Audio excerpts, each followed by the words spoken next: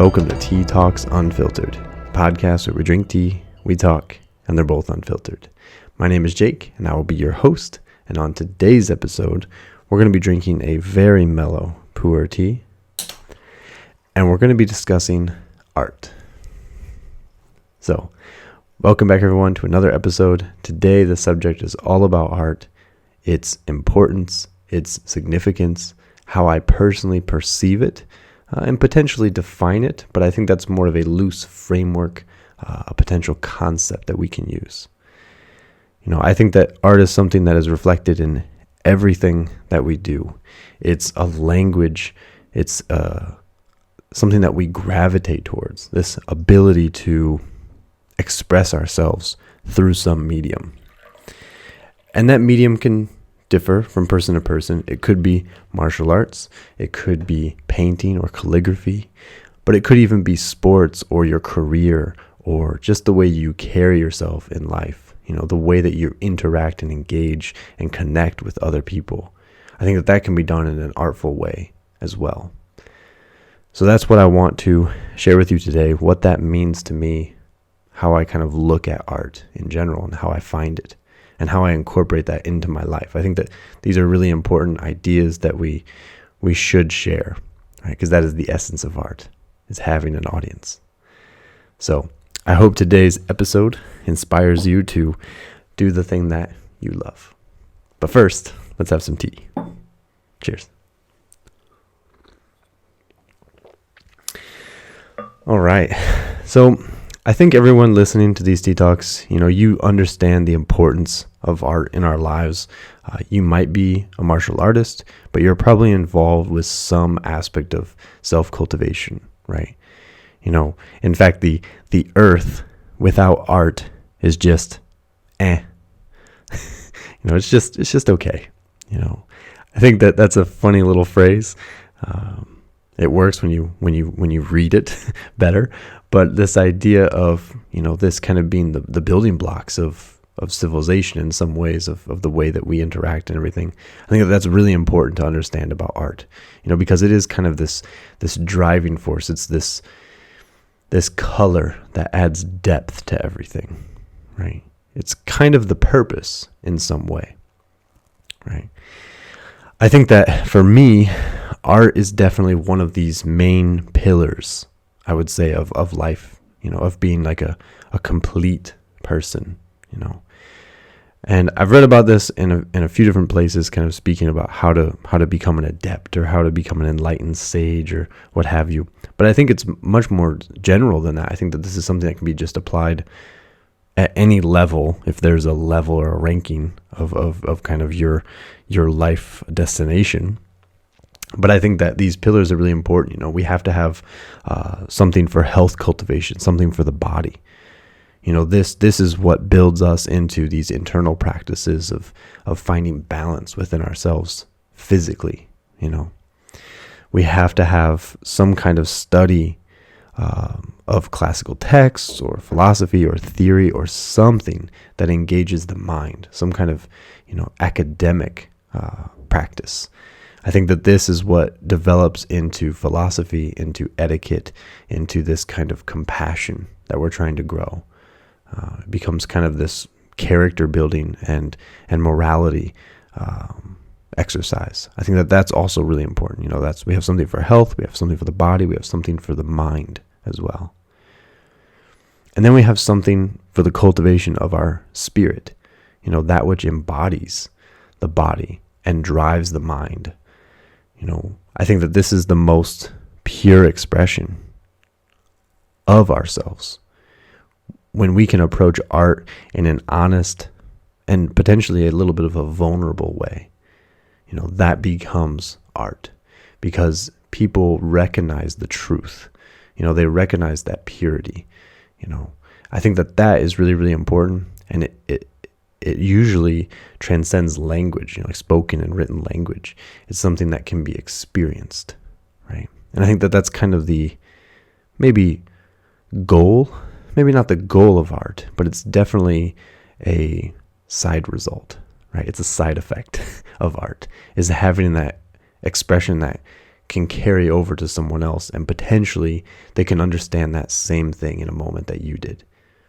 But I think some of the best art can understand more than you meant to express. And so we'll get to that as well. But let's start off. Let's actually go through these different pillars, because I think that this is a good way to understand art, because a lot of times we tend to externalize these concepts and apply art to something that is beyond our own understanding or beyond our own skill level. And I think that that's kind of a disservice to ourselves, where, there's always like, oh, there's artists and there's workers, or there's, these kind of segmentations in civilization and in society.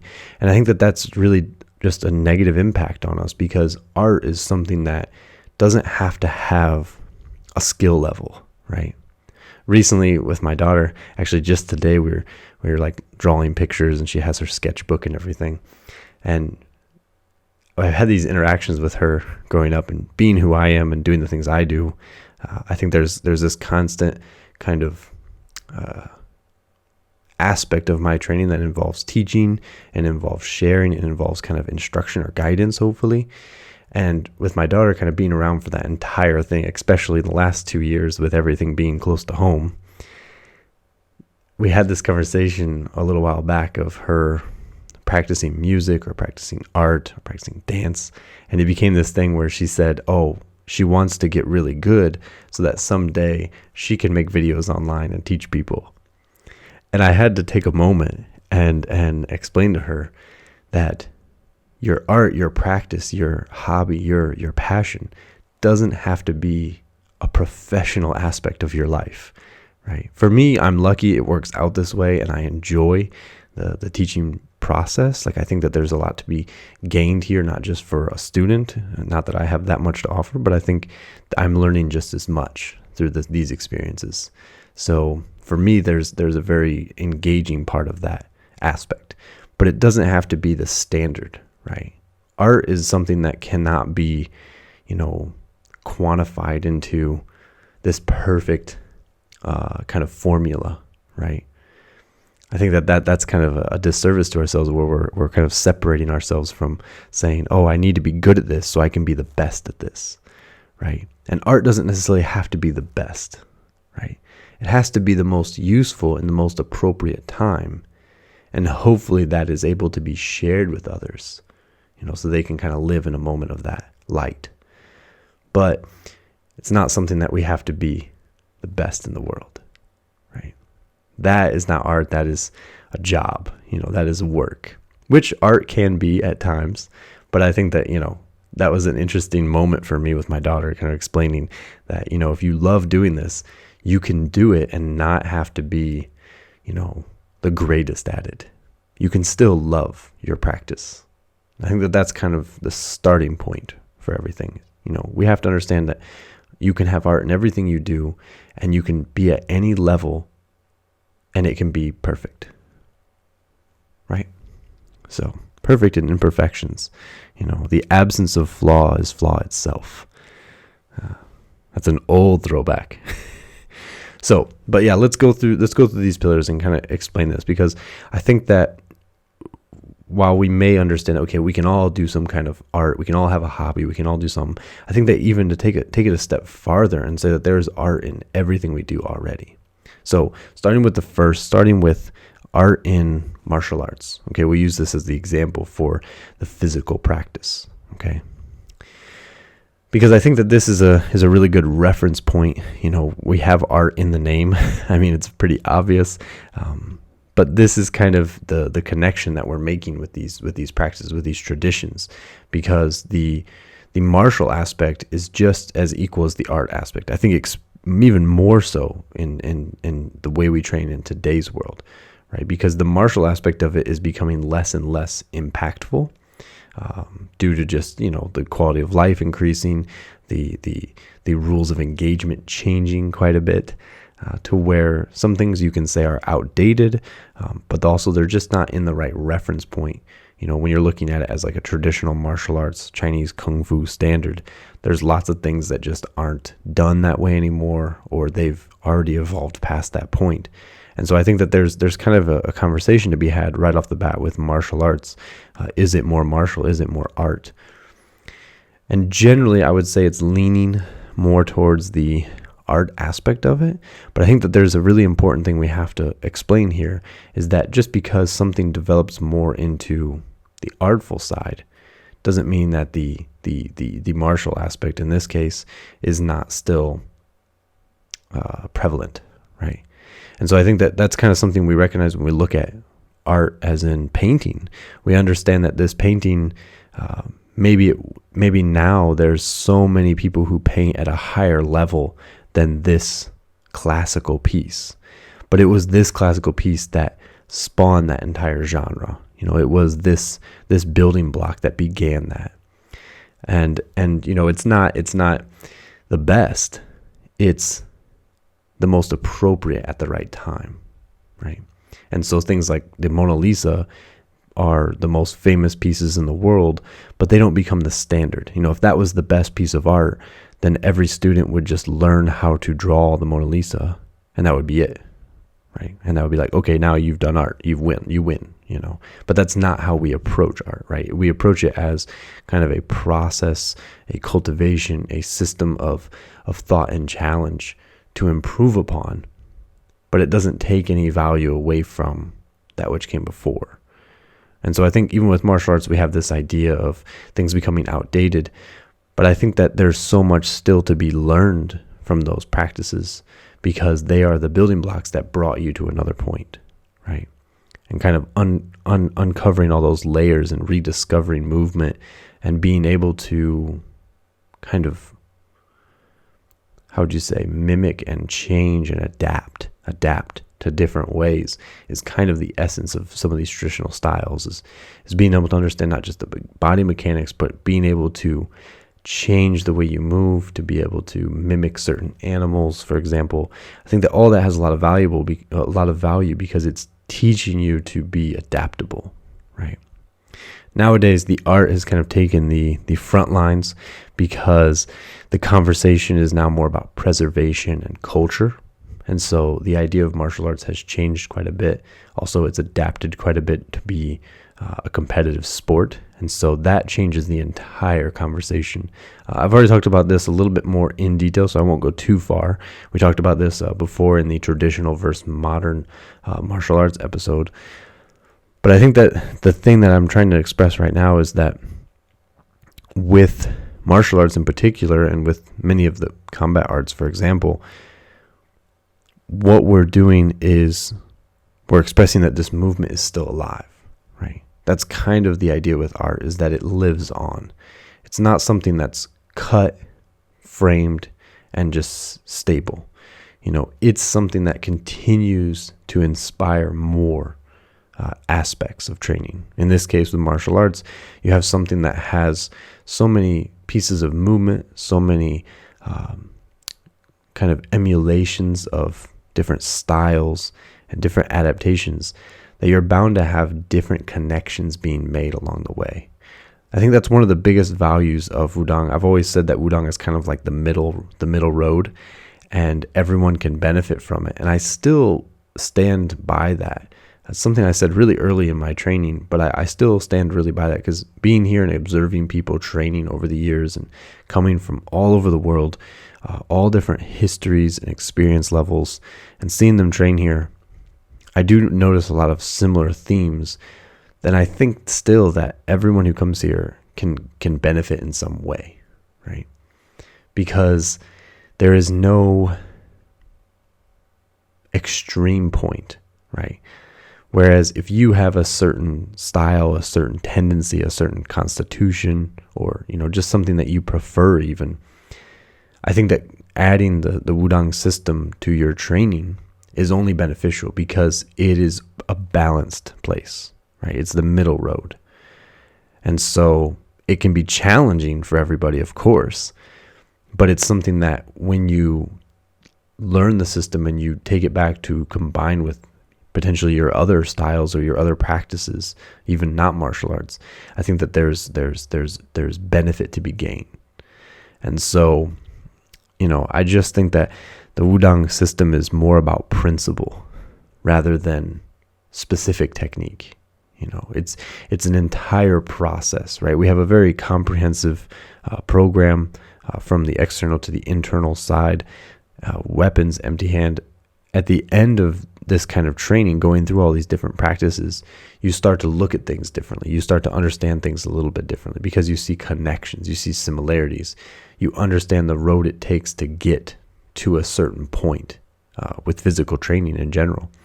And so I think that ability to adapt and not just be kind of focused narrowly on one subject, you want to be the best puncher, so you just learn how to punch. You want to be the best kicker, etc. I think that there's something to be gained from having this ability to have a broad horizon, to be able to see many skills and many patterns, right? I think there's a lot of connections to be made there.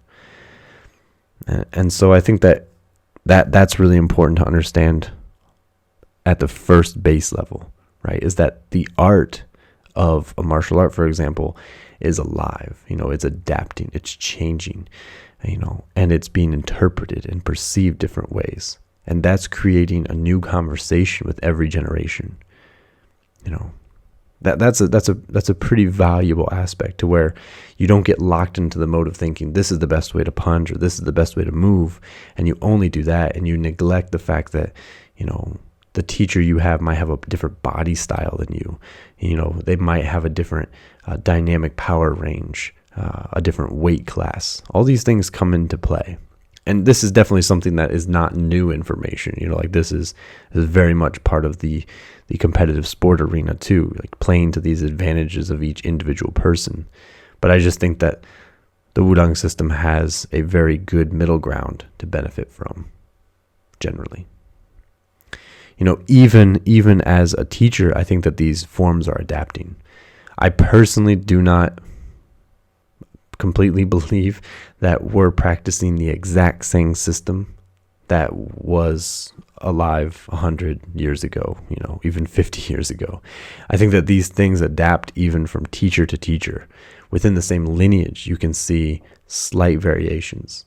Just in the way that you perceive a movement, the way that you understand coordination, maybe even the challenges that you personally have had in training have influenced the way that you've perceived things. And it's not to say that they're wrong, it's just to say that they're different. And I think that there's value in each one. I've had movements where I've understood it as this technique and been seen it's a different way, and then you also notice the connection on how the transition can actually be utilized in different ways. And so I think that that's really valuable, to be able to once again adapt and change and see more similarities than differences. I think one of the great quotes of musician Dave Grohl was, "You can sing a song to an arena full of 10,000 people, and 10,000 people will sing those same lyrics back to you for 10,000 different reasons." And I think that's a really beautiful thing, because that's that acknowledgement of the fact that you might have a creation or a system or a medium of some kind that you've shared or you've translated or transmitted to others. And people are going to hear those words. They're going to do those movements. They're going to learn that system.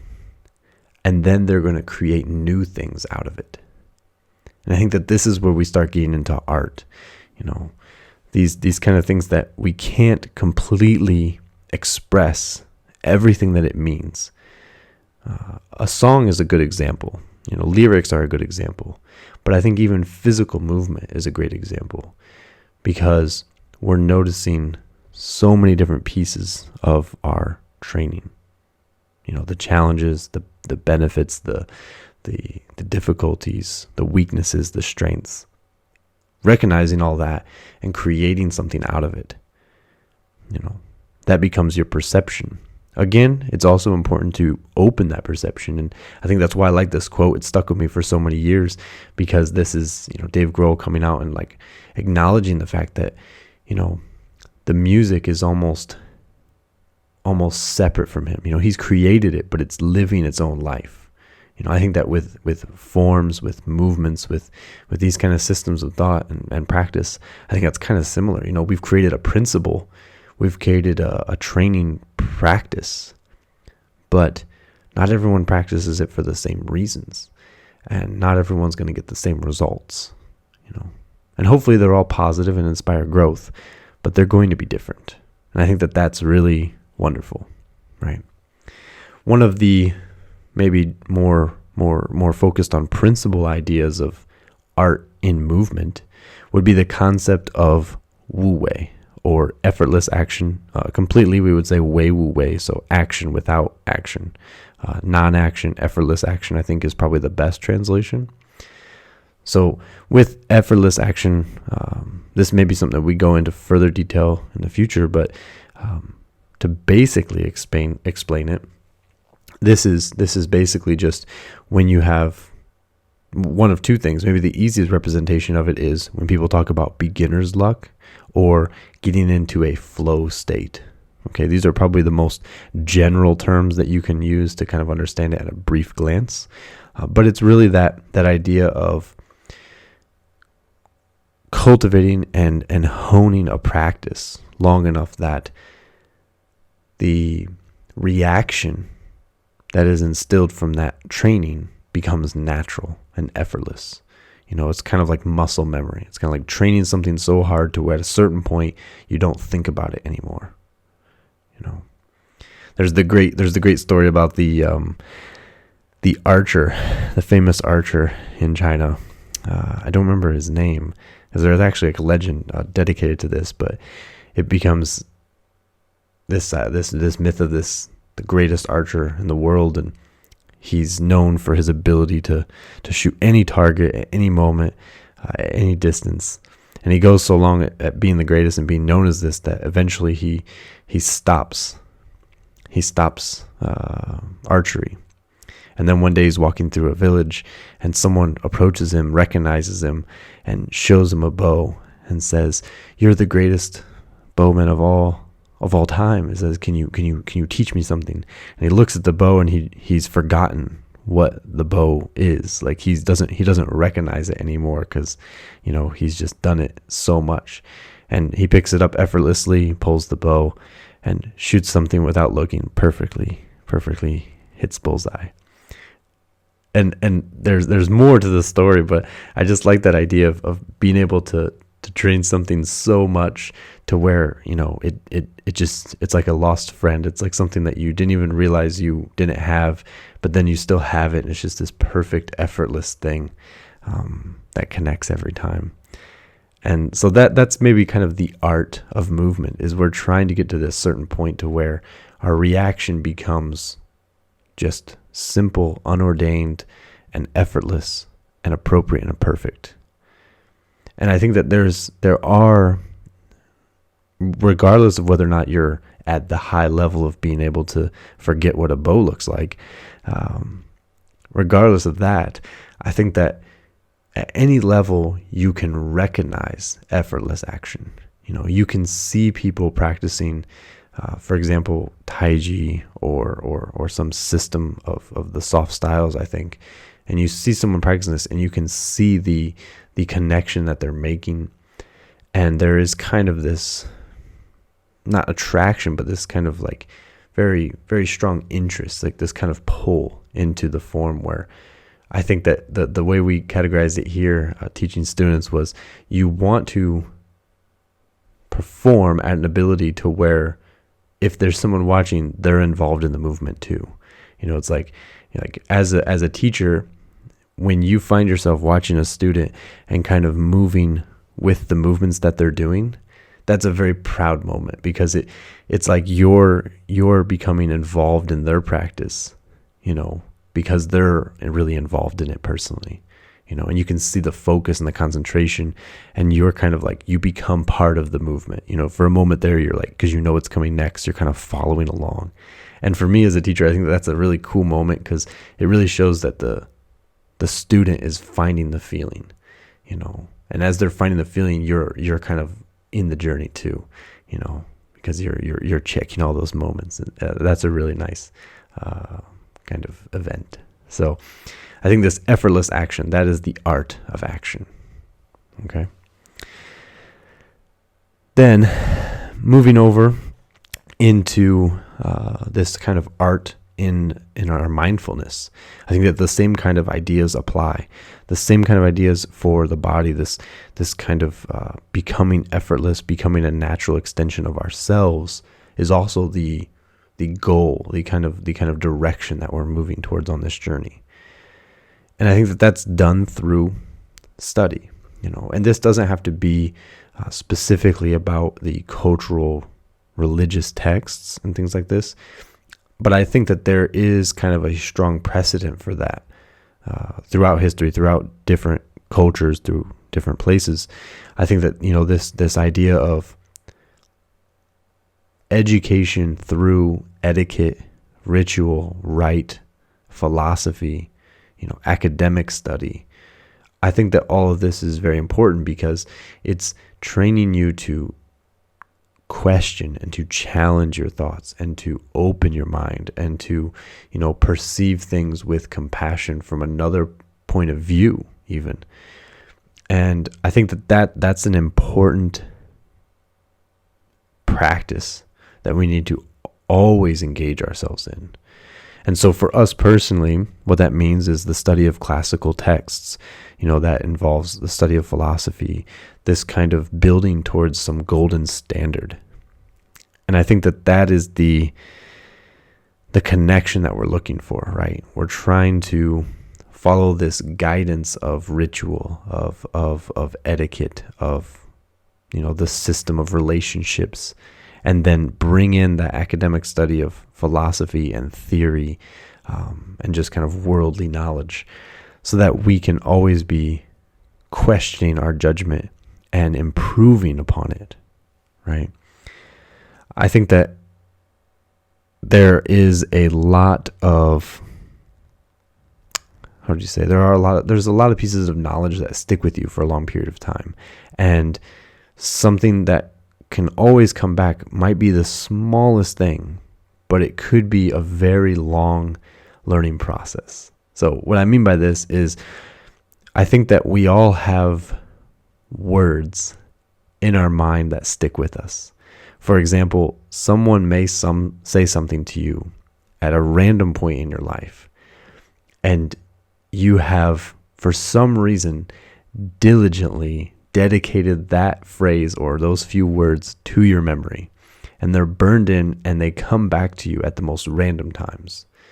I have pieces of advice, I have insults, I have all these different things of pieces of information from other people, from connections that I've had with people that kind of come back. They remind you. You remind yourself of that so often that it becomes almost like a driving force. It becomes like a check or some kind of motivation even sometimes. And I think that we all probably have a reference point in our head of something that comes up that you never tried to remember, but it just stuck with you over the years. And I think that these words, they stay with you. They last a very long time, and they end up defining aspects of ourselves because we're reacting to that memory over and over and over again. And this is kind of a small idea of what is happening when we talk about, this study, when we talk about kind of drilling in this ritual, drilling in this etiquette, this philosophy, this education, this knowledge building, is that we're trying to build those same pathways. It never happens as naturally and as easily as it does for, when someone nonchalantly says that color looks nice on you. Then every time you wear a jacket with that color, you think, oh, this looks nice on me because that one random person said it 15 years ago. And it's just one of those things that sticks with you, negative or good. There could be positive reinforcement, there could be negative reinforcement.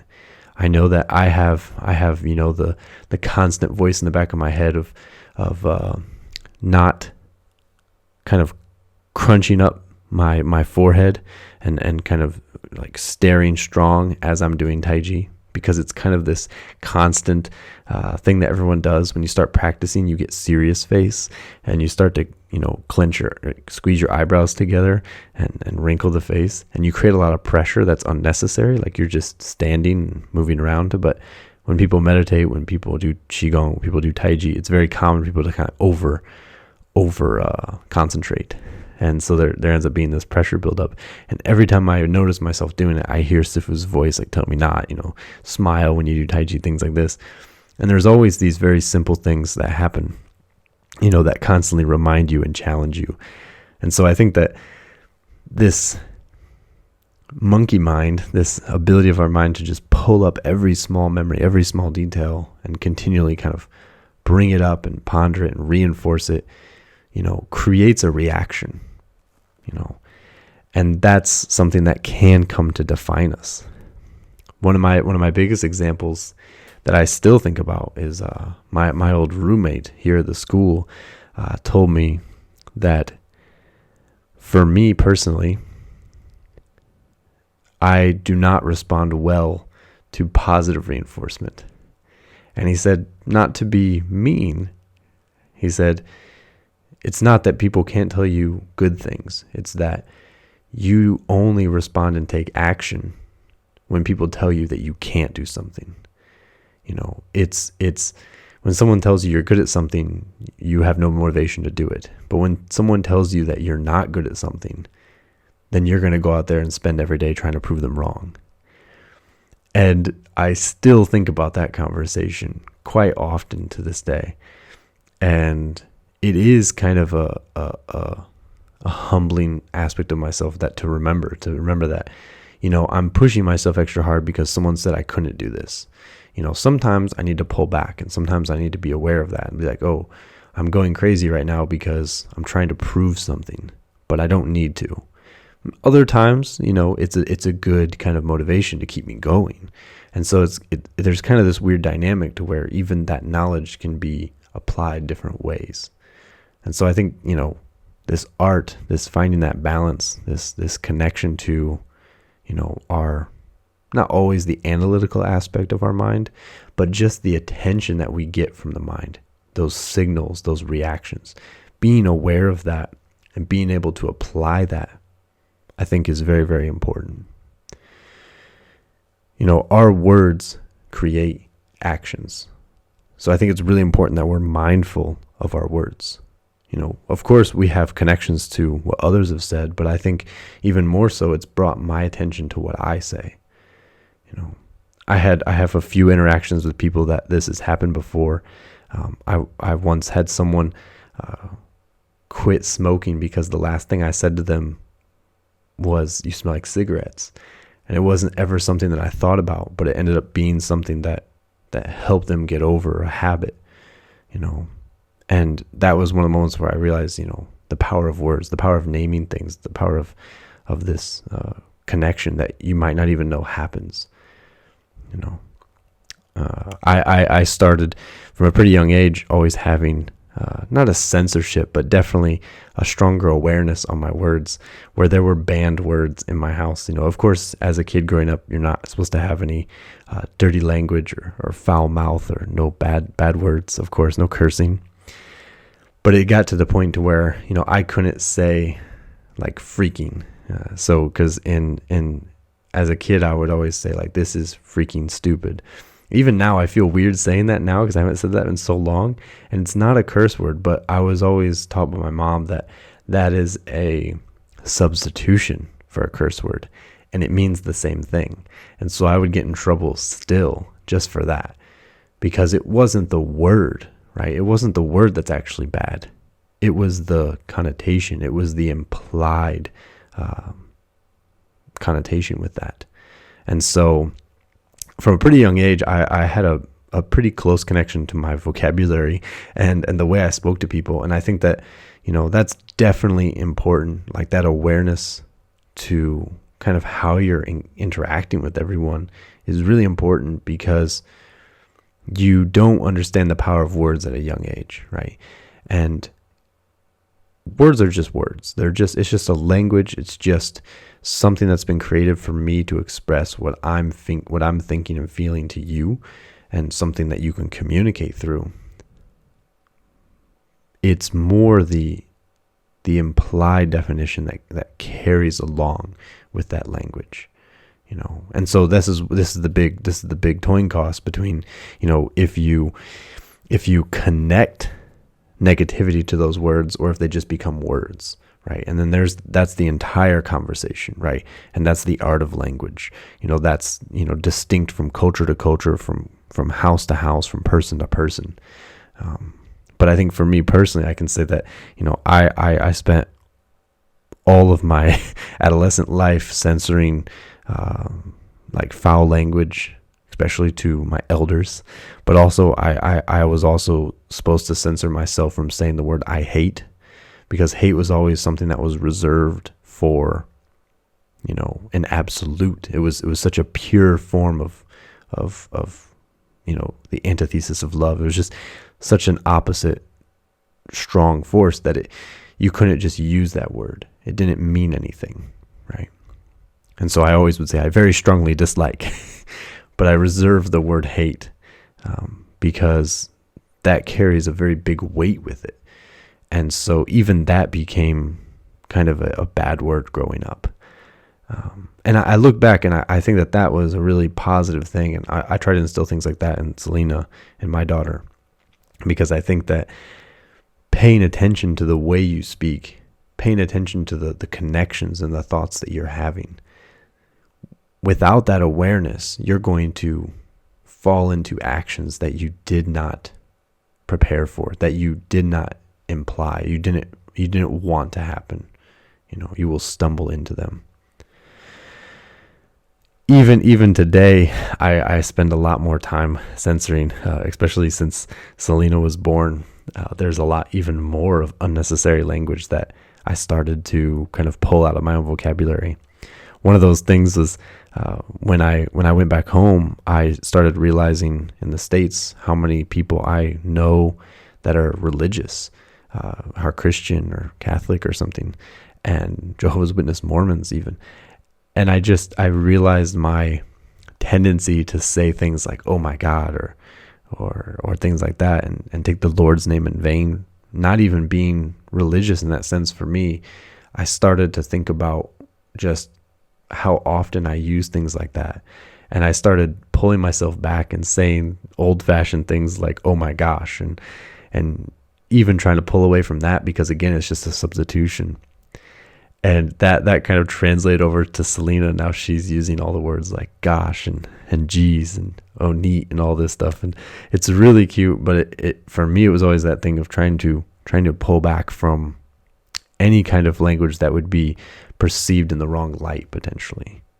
I hope I'm doing a good job, but there is kind of that constant struggle of finding new connections and how that kind of phrasing starts to live inside you.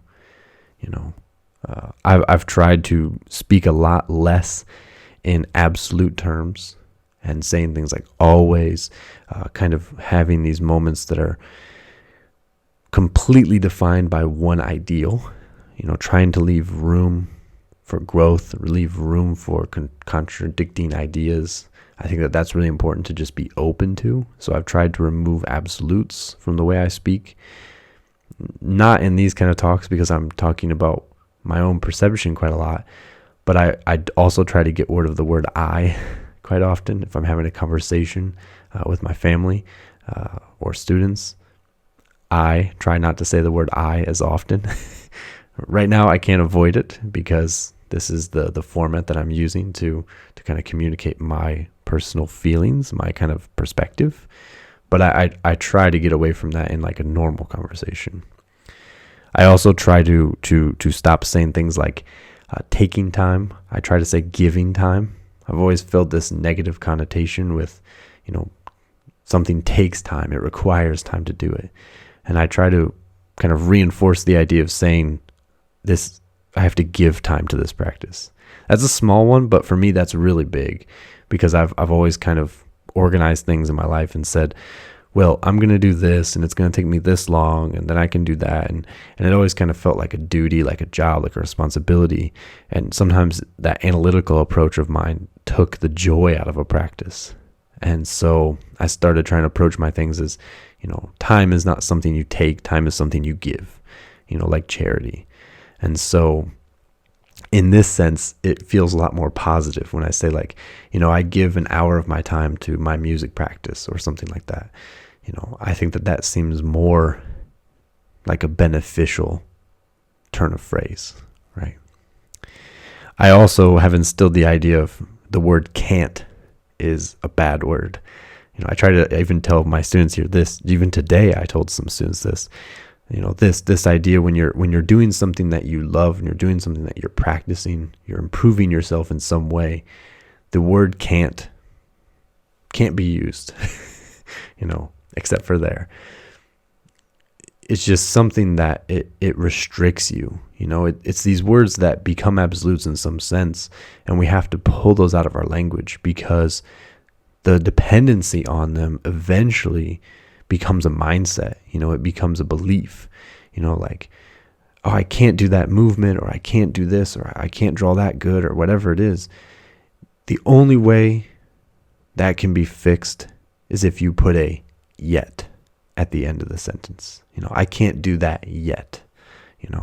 I would rather like people to say like, I am working on doing that, or I will do that, because it's so much more positive reinforcement than just kind of separating and detaching yourself by saying I can't.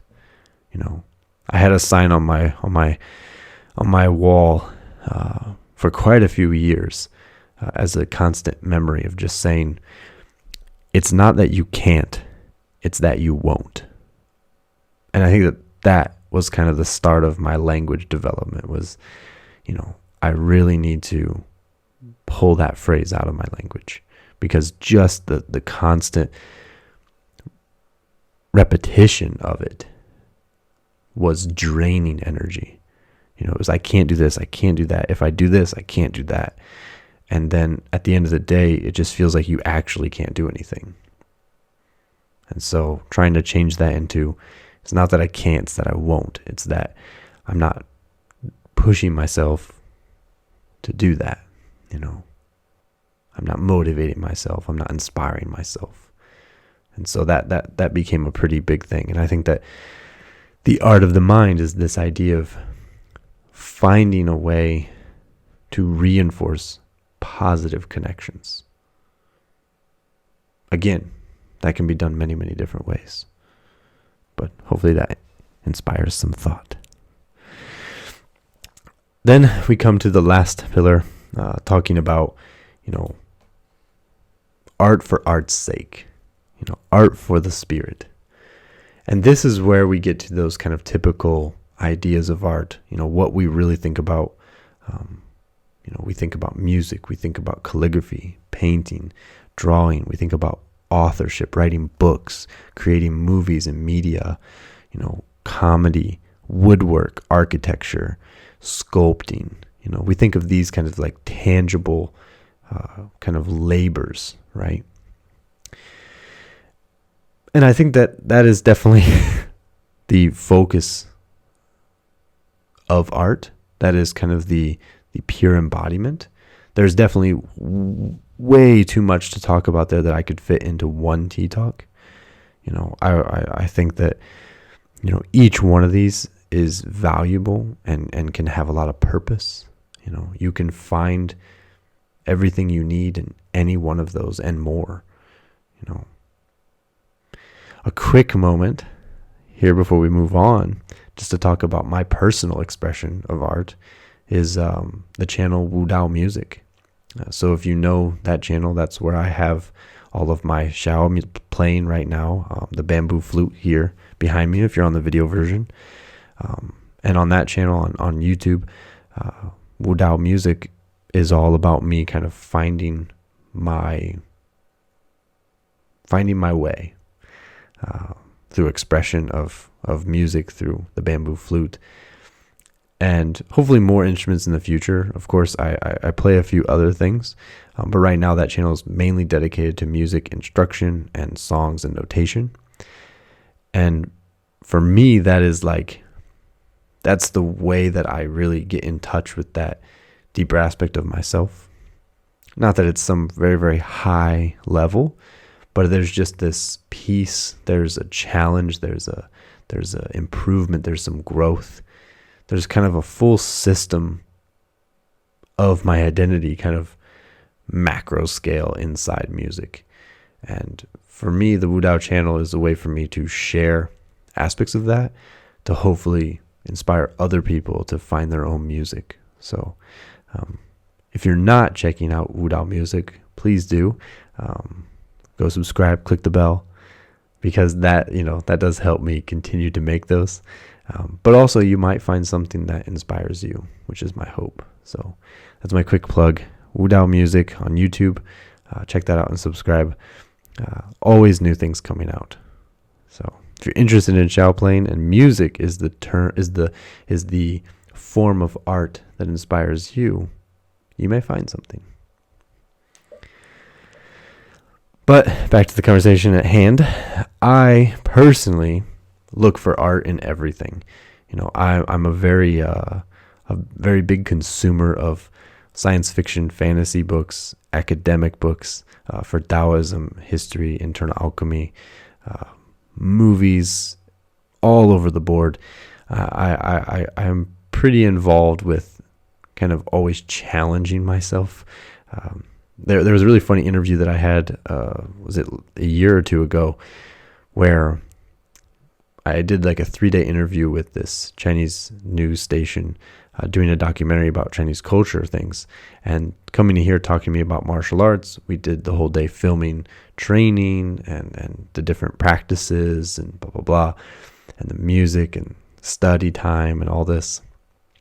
And then they got to the question. They said, okay, we know who you are as like a coach. We know who you are as a disciple and your practices you do. What do you do? What do you like to do as like a hobby? Like, what do you do in your personal downtime? And I was like, well, I study Taoism, or I train, or I play music. They're like, no, what do you do outside of that? And I said, there is no outside of that. Like, that is really how I approach everything. And it was a really funny moment for me to kind of try to explain that, like, even if I'm watching some kind of science fiction movie or reading some fantasy book, I guess you could consider that my downtime. But even then, I'm really interested in those world building stories that challenge your thought in some way, and let you see different connections. And so I'm always, not that I'm forcing a connection back to Taoism or forcing a connection back to, philosophy in some way, but that is how I perceive things. And so I'm very, very engaged in whatever I'm consuming at the moment, whether it be some kind of science fiction TV show that I'm currently watching, or even just an academic thing, studying the anatomy of the human body. I'm trying to engage in that in a process where I'm seeing the picture that's been created, seeing the liberties and the art and the kind of manifestation of that. But I'm also trying to apply that like to myself and saying like, I'm interested in this. Why is this so engaging for me? Like, what is the challenge here? What is the advice being given in this movie or in this book? Or what is the origin of this idea? Or how did this come to be? Or wouldn't that be crazy? What if this? And I play through this reel of kind of hypothesis and question and theory for quite a while. I think that I have a pretty immersive, kind of addictive personality, and I'm really challenged by this, and I enjoy that. So for me, there isn't really downtime, because my life revolves around these practices already. But there are aspects of that connection that I think are really important for us to perceive, right? Art on any level, whether it's a physical practice, whether it's a study of academics, whether it's an actual art building process, something creative, I think that in any level of that, we recognize that art. And so what I want to do is I want to explain kind of what I would say are the 6 levels of art. Okay? Because I think that this is kind of how we engage with art on some level, and how it may change over the years, and what that may mean. Again, I do want to specify that this doesn't mean that the level is progressive and that, the goal is to reach the highest level. It's just saying that these are the different ways that even a single piece in a single moment can be perceived, right? And so, without further ado, my first half, the first 3 levels, are all about motivation, about inspiration. I think that the first level of art, we can take this as a simple practice as you begin. Art is something that you do, or you involve yourself in, engage in some way, interact with, for yourself, essentially. The very first time you pick up an instrument, the first time you start writing a story, the first time you record something, you're creating that for yourself, right? That is your hobby, that is your interest, that is your challenge, kind of you're opening the door to something of expression. Hopefully a creative expression, right? But you're involving yourself. And that practice at its first kind of moment, there's an audience of one. And I think that's kind of a very pure form of art, just for yourself. As you increase skill even, that art is going to become something that becomes available to professionals, what I would say.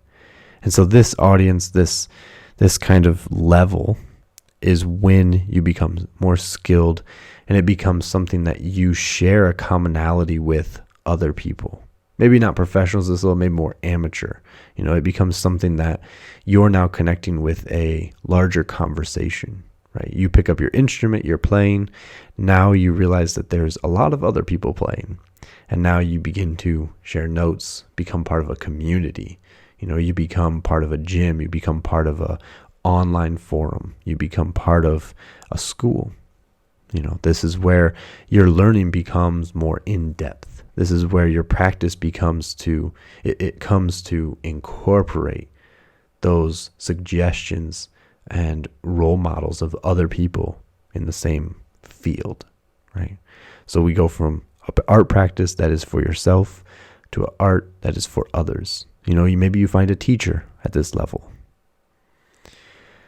Then, as your skill level increases a little more, your art becomes something that is for other people. Now you have an audience. Now you begin to do things, and that is inspiring other people to practice. That is inspiring other people to even never have picked up an instrument before. For example, you play a song and other people want to play that song. And I think that that's a really kind of magical part with music, for example, but with any art practice, that when you reach a certain level, whether it's pottery or architecture or something, at a certain point, when someone sees you manifesting that effortless action, when someone recognizes the kind of flow that you're in, that kind of skill and labor that you've put into creating this piece of art, that begins to inspire other people to do it. It's kind of like when people see Master Yuan do Taiji, they're like, I want to learn Taiji now. And because they think they can move like that. And of course, then there's that whole journey of the skill level that you've already built to get there that is underneath, that you don't see at first glance. And so it's kind of this inspiration, even though they might not have a connection to it. You watch a breakdancing video, and then all of a sudden you want to start dancing, but you've never danced in your life. And it's just kind of this thing that once someone reaches a certain level, there's this gravity that comes with that expression, right? That's when we are on the cusp of turning our art from inspiration into an example, into being a role model of some kind, And so I think that this is where the professional level shifts. And so those layers start to mirror. We have the art practice that goes from yourself to a professional amateur community. And then it becomes for the average everyday person to inspire them to do this art as well. Now we get into the becoming a role model of some kind. And I think that this is where the system reflects itself, and we go back to the others. And the average person is now inspired to do the thing that they want to do. They see you going out and accomplishing your goals. They see the sport athlete, kind of progressing in his field and just being in that flow, that growth, that montage video footage of everything working out. And that inspires you to go out and do the thing that you want to do. That inspires you to, pick up painting. You watch a sport movie about football, and then that inspires you to go out and start writing the book that you've been working on. So I think that that's where our level of skill has reached another tier, and now we're inspiring people just to go out and create, right? And the next level of art, we return back to those professionals. But now you've become a leader. You've become an example. You've become a reference point.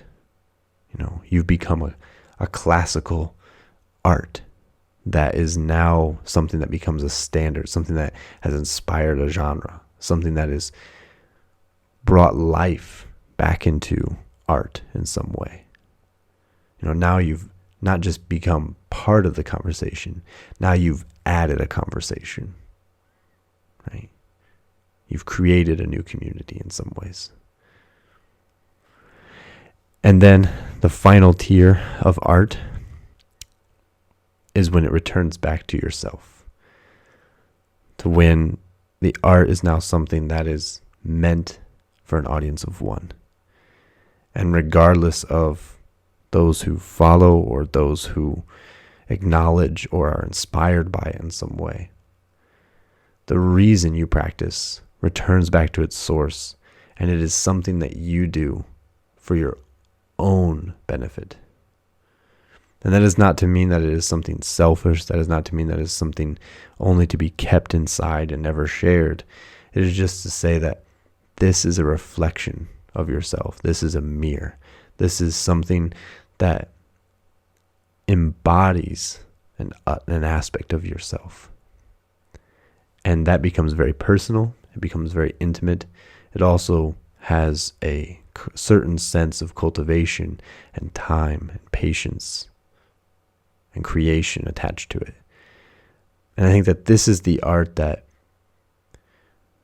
while everything else inspires a conversation, inspires a following, this is the part of art that takes breath away. This is the one that stops the conversation. I've heard this many times before, but you don't want to be the one that makes everyone start talking. You want to be the one that makes everyone stop talking. And that's a very easy oversimplification, but I think that kind of concept to apply, that idea of you're practicing for something potentially greater than yourself. You're creating something that you aspire to be.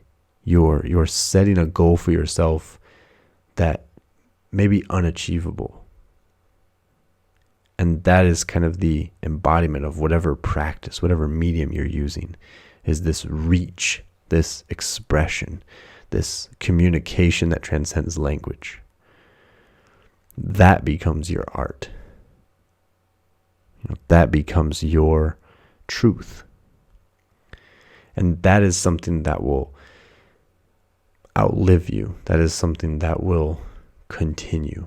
That echo will reflect through generations. Just the same way as when we hear a certain phrase from someone, that sentence may live on with us for a long time and continually define ourselves as we react to it time and time again. I think that at a certain point, that which we create also echoes through the generations. Personally, I also think that the type of creation that lives without a name is more valuable, because it's that conversation that's been inspired, or that connection that's happened, that interaction that's kind of dominoed down the lines and changed someone's life. I think that is where art really lives. And it's why we connect, and it's why we communicate, and why we, engage with each other, is we're always trying to discover this truth.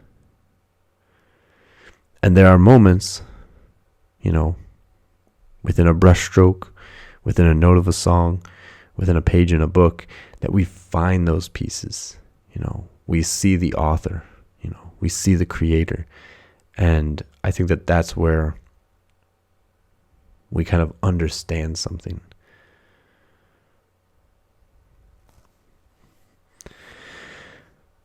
So I think that art can be found in anything and everything.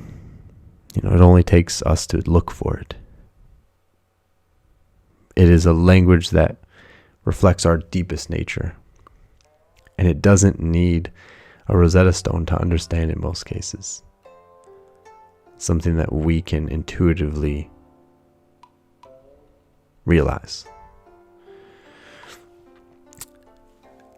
Effortless action is the art of the body. Virtue is the art of the mind. And illumination of our true selves is the art of spirit. A phrase that I tend to live by, to wrap this up, is that everything does, in fact, happen for a reason.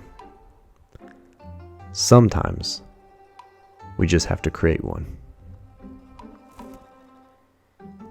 So, with that, here's to finding balance, one cup at a time.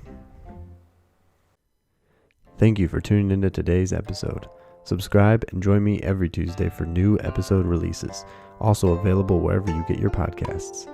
Support the Ways of Wudang through Patreon and get access to resources, classes, and more.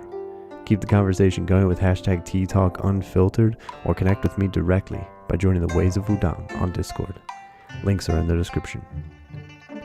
I'll talk with you next time for another cup of tea.